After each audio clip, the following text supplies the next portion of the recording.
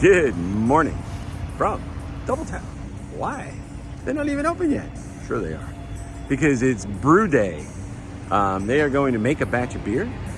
And you could take home the wort and then continue the brewing process. So they'll make all the grains and whip it up, and you take it from there. Me, I'm here to help out. And of course, soon it'll be 5 o'clock somewhere, and I just have to try a beer. Make it a great day from New Jersey. It's cold.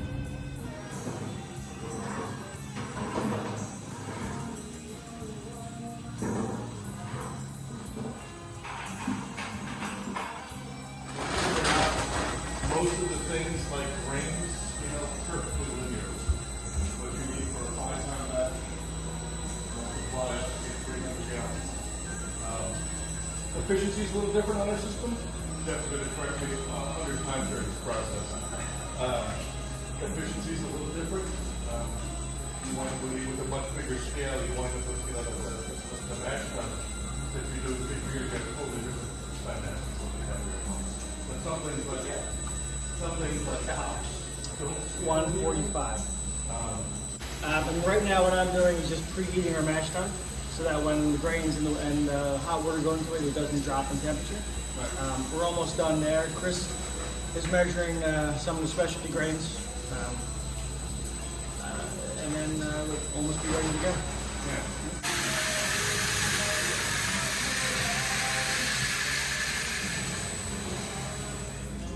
The smaller particulates don't get caught into and pulled into the kettle. It's here just because of the scale.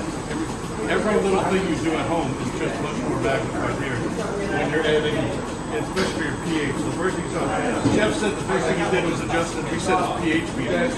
We're going to take pH readings about 2 dozen times over the course of the mash and the boil.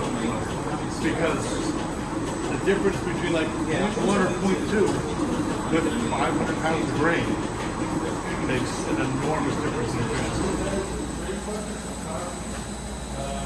Grain pressure looks like if you have a little bit at home.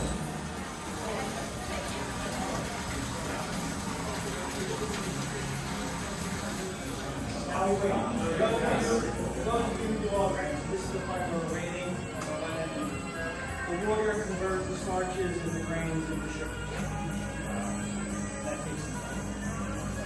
Repair test. Good.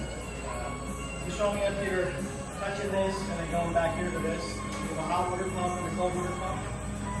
And just trying to blend them so that you get the right concentration. Somewhat automated, but you really got to be on top of it. When we're done boiling, we check the gravity, and sometimes we'll do water. Which is a trick a lot of professional breweries do. Big breweries, that way every time they put out a beer, it's exactly the gravity it's supposed to be. So all the hot water goes in just after the boil, so it all gets sanitized.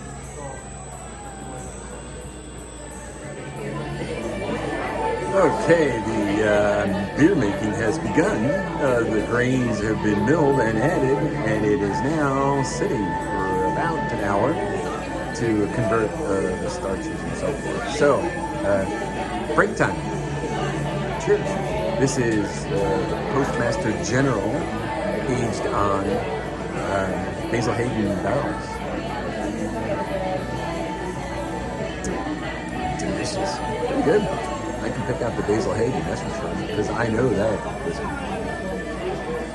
beer making continues.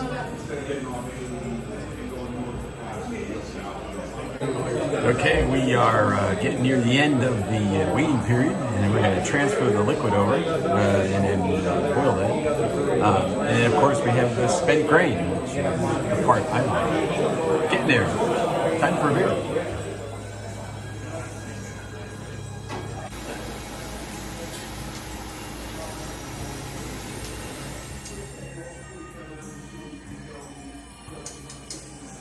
So we're at 1065. What are you kind of expecting for this? I'm hoping we're supposed to hit 1043 for a starting line. Got it.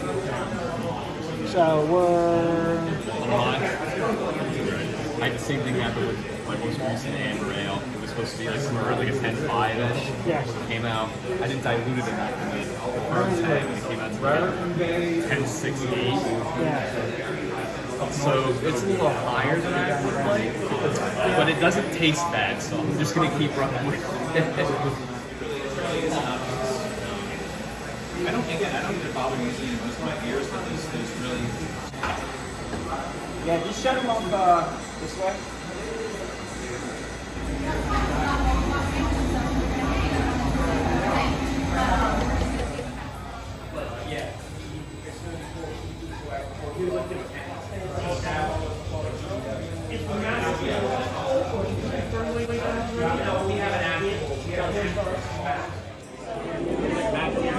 Okay, so we're making beer. It's homebrew day. The wort is now boiling, and what's left after the wort is transferred over?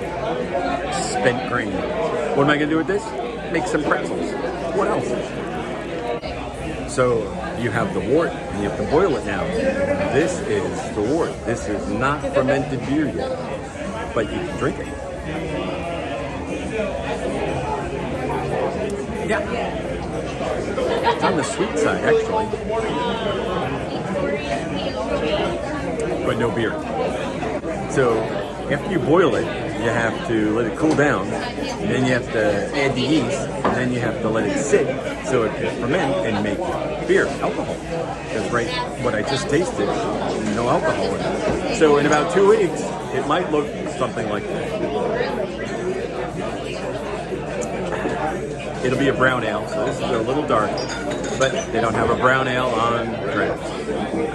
That's it for beer making.